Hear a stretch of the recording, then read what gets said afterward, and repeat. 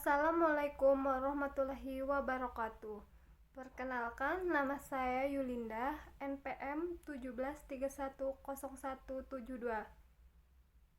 Hari ini saya akan mempresentasikan proposal yang berjudul Tingkat Preferensi, Kepuasan, dan Persepsi Risiko Masyarakat Banjarmasin terhadap produk hijau di sektor obat tradisional secara demografis.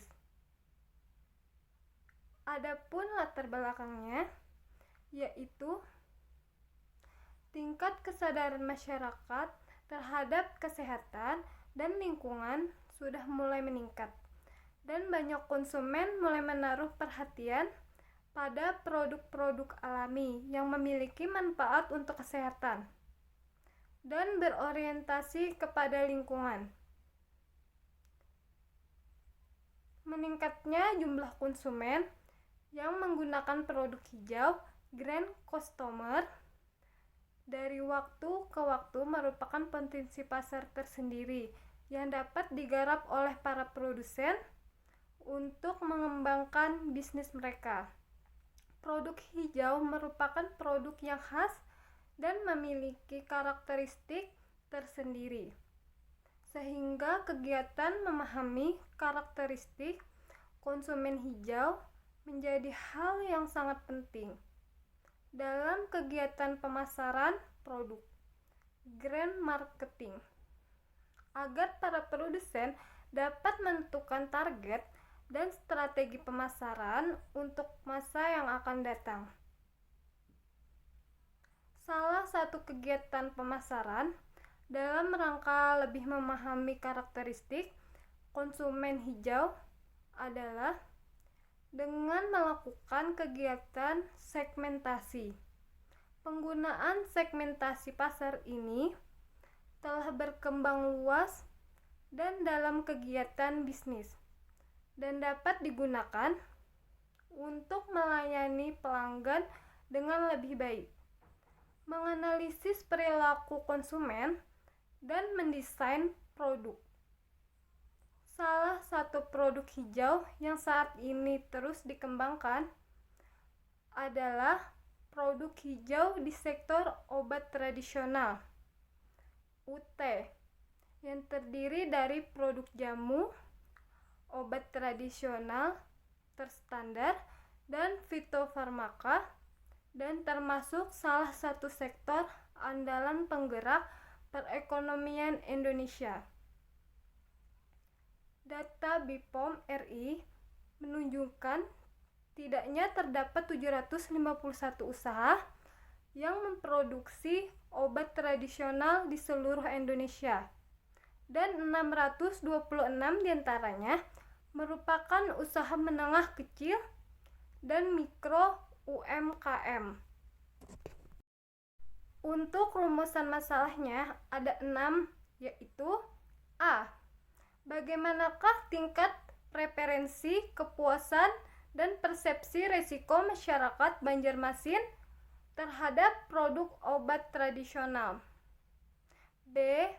Apakah variabel demografis memiliki pengaruh yang signifikan terhadap tingkat preferensi, kepuasan, dan persepsi risiko masyarakat Banjarmasin terhadap produk obat tradisional? C. Apakah terdapat perbedaan tanggapan masyarakat Banjarmasin secara demografis terhadap tingkat preferensi, kepuasan, dan persepsi risiko produk obat tradisional? D. Segmen pasar manakah yang potensial untuk pemasaran produk obat tradisional di Banjarmasin berdasarkan tingkat referensi, kepuasan, dan persepsi risiko masyarakat? E. Apakah persepsi risiko memiliki pengaruh yang signifikan terhadap tingkat preferensi dan kepuasan masyarakat Banjarmasin terhadap produk obat tradisional, dan memiliki peran dalam memediasi hubungan antar tingkat kepuasan dan tingkat referensi masyarakat terhadap produk obat tradisional.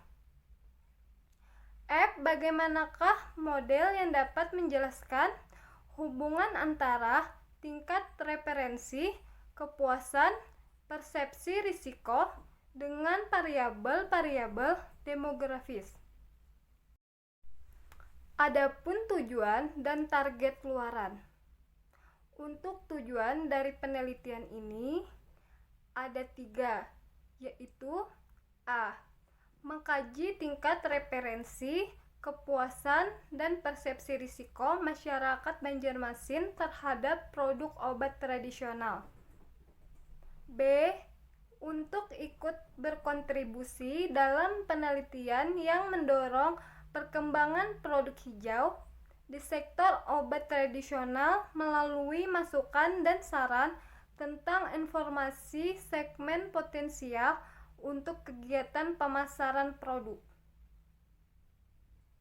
C. Sebagai referensi untuk tambahan pengetahuan di bidang ilmu manajemen pemasaran dan grand ekonomi.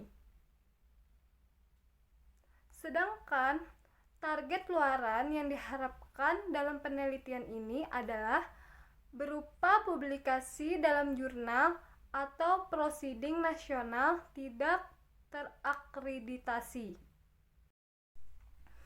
Adapun untuk grand marketing dan grand produk akan saya jelaskan, yaitu mulai tumbuhnya kesadaran masyarakat terhadap lingkungan, direspon oleh banyak perusahaan untuk dapat memanfaatkan peluang isu ini demi kepentingan bisnis mereka. Konsumen hijau, grand consumer, adalah konsumen yang peduli terhadap lingkungan dan memiliki perilaku yang berwawasan lingkungan. Kontribusi konsumen hijau akan meningkatkan kualitas lingkungan melalui kegiatan pembelian produk-produk yang ramah lingkungan. Kondisi kesadaran lingkungan yang meningkat ini menimbulkan adanya grand consumer yang semakin meningkat dan menyebabkan adanya beberapa perusahaan mulai membuat konsep ramah lingkungan dalam pemasaran produknya melalui kegiatan grand marketing.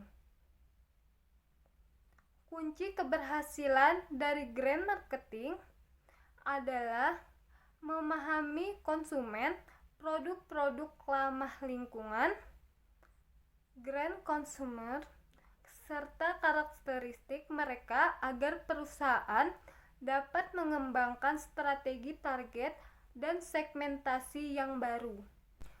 Untuk segmentasi pasar ialah usaha untuk membagi pasar ke dalam kelompok-kelompok yang dapat dibedakan satu sama lain dalam hal kebutuhan, karakteristik, atau perilaku yang mungkin akan memerlukan produk-produk dan strategi pemasaran tertentu untuk menjangkaunya, dan digunakan sebagai suatu strategi untuk memahami struktur pasar.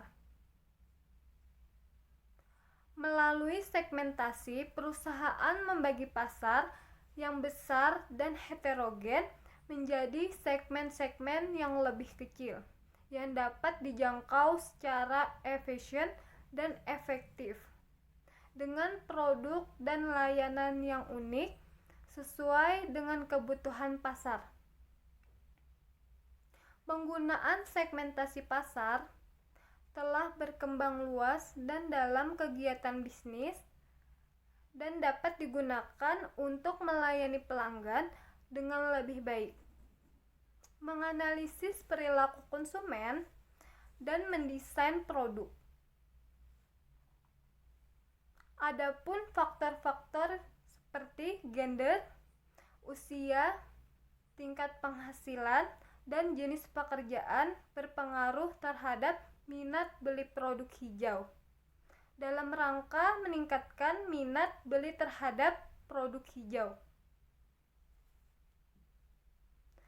D.O. Paco dan Raposo 2010 berhasil mengidentifikasi bahwa segmentasi demografis secara signifikan dapat membedakan antara segmen konsumen hijau dengan segmen yang bukan konsumen hijau. Dari penelitian ini didapatkan 3 segmen potensial yang terdiri dari 1. The uncommitted sebanyak 36%, 2. The grand activist banyak 35%, dan 3. The undefined sebanyak 29%.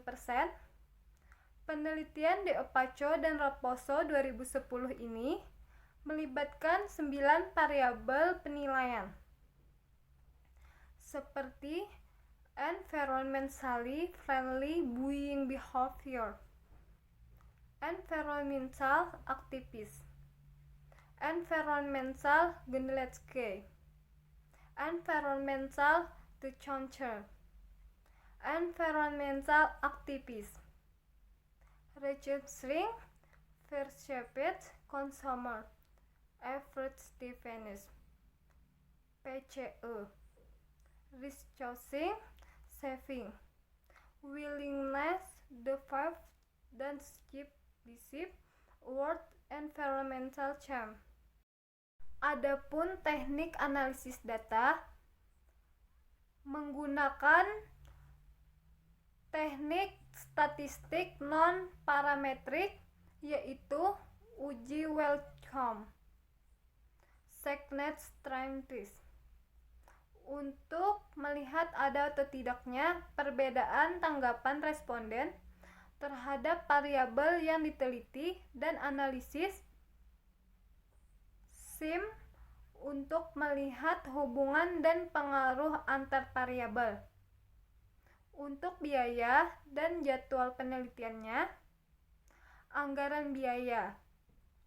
Untuk melancarkan pelaksanaan penelitian ini, skema pembiayaan yang dilakukan yaitu usulan biaya APBU Uniska dengan total biaya sebesar Rp 6 juta. Secara rinci, anggaran biaya terbagi dalam 2 bagian, yaitu yang pertama, justifikasi anggaran biaya penelitian. Yang kedua, rekapitulasi anggaran biaya penelitian. Adapun jadwal pelaksanaan penelitian, rencana waktu penelitian mulai bulan Oktober 2018 sampai dengan Maret 2019. Tahapan pelaksanaan penelitian meliputi A. Pelaksanaan persiapan penelitian, B. Pelaksanaan pra-penelitian, C. Sosialisasi dan penetapan pelaksanaan, D. Pengadaan alat dan bahan penelitian, E. Pelaksanaan studi perpustakaan, F. Pengambilan data di lapangan, G. Analisis data, H. Penyusunan laporan penelitian, I. Pengiriman laporan penelitian, J. Publikasi hasil penelitian. Sekian presentasi dari saya. Kalau ada salah-salah kata, mohon maaf. Wassalamualaikum warahmatullahi wabarakatuh. Terima kasih.